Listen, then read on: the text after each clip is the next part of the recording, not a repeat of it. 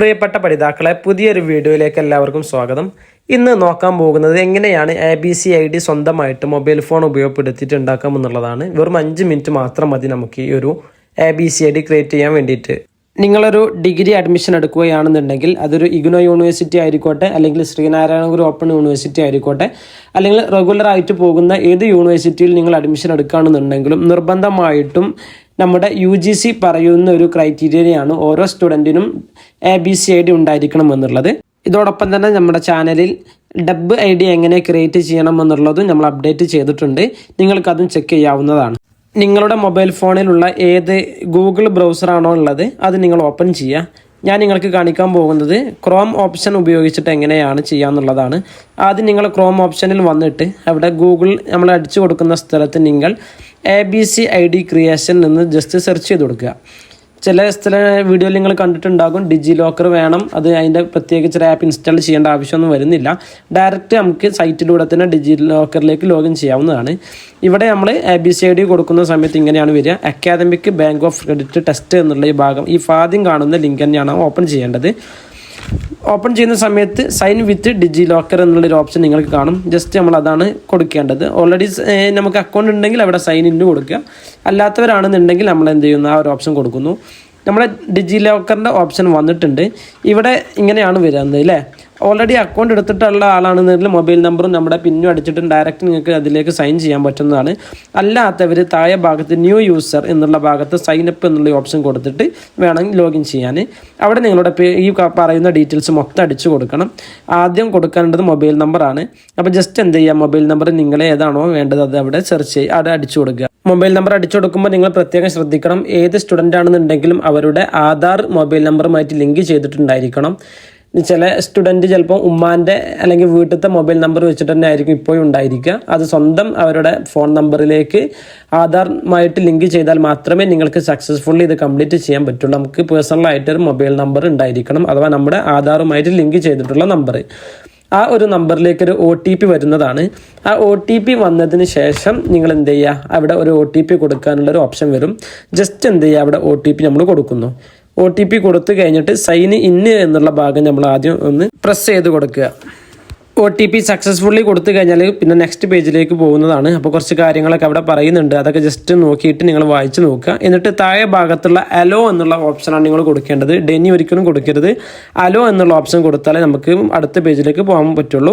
അപ്പോൾ നമ്മുടെ ആധാറിൽ നിന്ന് നമ്മുടെ ഡിജി ലോക്കറിലേക്കും അതുപോലെ തന്നെ ABC-ID തമ്മിലുള്ള കണക്ഷൻ എടുക്കുകയാണ് ചെയ്യുന്നത്. ഓക്കെ, ഇനി നിങ്ങൾ ചെയ്യേണ്ടത് ഇവിടെ അടുത്തത് നമ്മുടെ ഐഡൻറ്റിറ്റി കാര്യങ്ങൾ അടിച്ചു കൊടുക്കണം.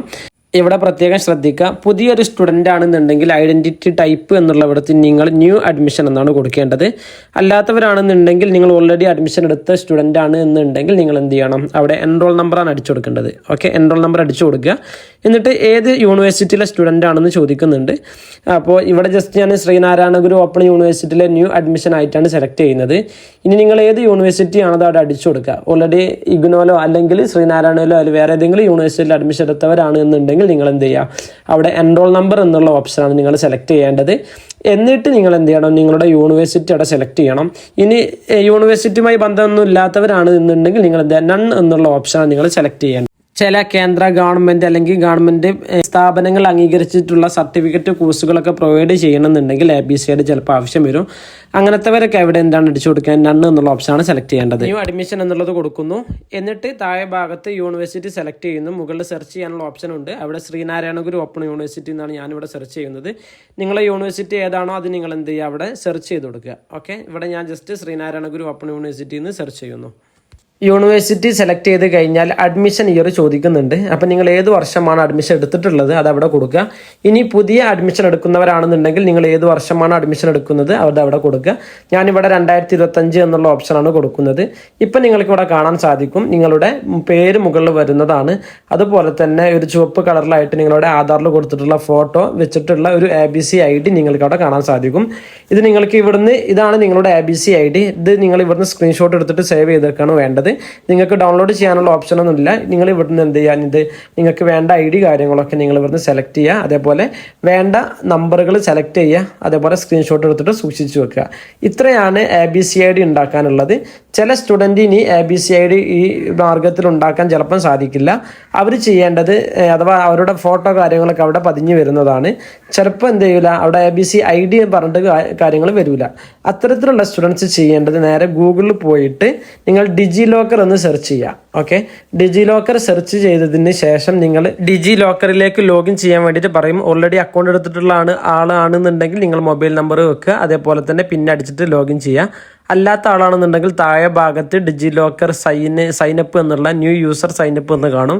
ജസ്റ്റ് അത് കൊടുക്കുന്നു. അത് കൊടുത്തു കഴിഞ്ഞതിന് ശേഷം നിങ്ങളുടെ മൊബൈൽ നമ്പർ കൊടുക്കുക. മൊബൈൽ നമ്പർ കൊടുത്തതിന് ശേഷം അതിലേക്ക് ഒരു OTP വരുന്നതാണ്. OTP അടിച്ച് സക്സസ്ഫുള്ളി കയറി കഴിഞ്ഞാൽ നിങ്ങൾക്ക് അവിടെ ഒരു പിന്ന് സെറ്റ് ചെയ്യാൻ വേണ്ടിയിട്ട് വരും. ആ പിന്നും പാടെ സെറ്റ് ചെയ്ത് കൊടുത്തു കഴിഞ്ഞാൽ നിങ്ങൾ എന്ത് ചെയ്യുക, നേരെ നമ്മളെ ഡിജി ലോക്കറിലേക്ക് വരുന്നതാണ്. ഈ ഡിജി ലോക്കറിൻ്റെ പർപ്പസ് എന്ന് പറയുന്നത് നമ്മുടെ എല്ലാ ഡോക്യുമെൻറ്റ്സും ഡിജിറ്റലായിട്ട് സൂക്ഷിച്ച് വെക്കുന്ന ഒരു പ്ലേസാണ് ഡിജി ലോക്കർ എന്ന് പറയുന്നത്. അഥവാ നമ്മുടെ ആധാർ കാർഡ്, അതുപോലെ നമ്മുടെ +2 SSLC സർട്ടിഫിക്കറ്റ് കാര്യങ്ങളൊക്കെ അവിടെ ഉണ്ടായിരിക്കും. നിങ്ങൾക്ക് അതൊക്കെ സെർച്ച് ചെയ്തിട്ട് എടുക്കാവുന്നതാണ്. ജസ്റ്റ് അവിടെ സെർച്ച് ഡോക്യുമെൻറ്റ്സ് എന്നുള്ളൊരു ഓപ്ഷൻ മുകളിൽ കാണാൻ സാധിക്കും നിങ്ങൾക്ക്. ഇല്ലെങ്കിൽ അവിടെ ഹോം ഭാഗത്ത് പോയാൽ നിങ്ങൾക്ക് സെർച്ച് ഡോക്യുമെൻറ്റ്സ് എന്നുള്ളൊരു ഓപ്ഷൻ വരും. അത് ജസ്റ്റ് സെലക്ട് ചെയ്ത് കൊടുക്കുക.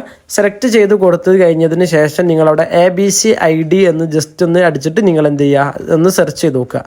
അല്ലെങ്കിൽ അക്കാദമിക് ബാങ്ക് ക്രെഡിറ്റ് എന്ന് കൊടുത്തു കഴിഞ്ഞാൽ അവിടെ സെർച്ച് ഓപ്ഷനിൽ കൊടുത്തു കഴിഞ്ഞാൽ നിങ്ങൾക്ക് ഡയറക്റ്റ് അവിടെ നിന്ന് ഡൗൺലോഡ് ചെയ്യാനുള്ള ഓപ്ഷൻ വരുന്നതാണ്. ഓക്കെ, നമ്മുടെ ABCID സഹായത്തിന് നിങ്ങൾക്ക് താഴെ നമ്പർ കൊടുക്കുന്നുണ്ട്. നിങ്ങൾക്ക് അതിൽ കോൺടാക്ട് ചെയ്യാവുന്നതാണ്. ഏത് സമയത്തും നിങ്ങൾക്ക് എന്ത് ചെയ്യുക, ഏത് എത്ര വർഷം കഴിഞ്ഞിട്ടാണെന്നുണ്ടെങ്കിലും താഴെ കൊടുത്തിട്ടുള്ള നമ്പറുകൾ കോൺടാക്ട് ചെയ്താൽ നിങ്ങൾക്ക് നമ്മുടെ സപ്പോർട്ട് നമ്മൾ ചെയ്തു തരുന്നതാണ് കേട്ടോ. നിങ്ങൾക്ക് എന്ത് സഹായം വേണമെന്നുണ്ടെങ്കിലും കോൺടാക്ട് ചെയ്യുക. അതുപോലെ തന്നെ മുമ്പ് സൂചിപ്പിച്ചതുപോലെ നമ്മുടെ കോഴ്സ് നമ്മൾ പ്രൊവൈഡ് ചെയ്യുന്നുണ്ട്. നിങ്ങൾക്ക് ഓൺലൈനായിട്ട് ഡിഗ്രി PG ഒക്കെ പഠിക്കാൻ താല്പര്യം ഉണ്ടെന്നുണ്ടെങ്കിൽ എന്ത് ചെയ്യാവുന്നതാണ്, അത് നമ്മൾ കോൺടാക്ട് ചെയ്യാവുന്നതാണ്. Okay, thank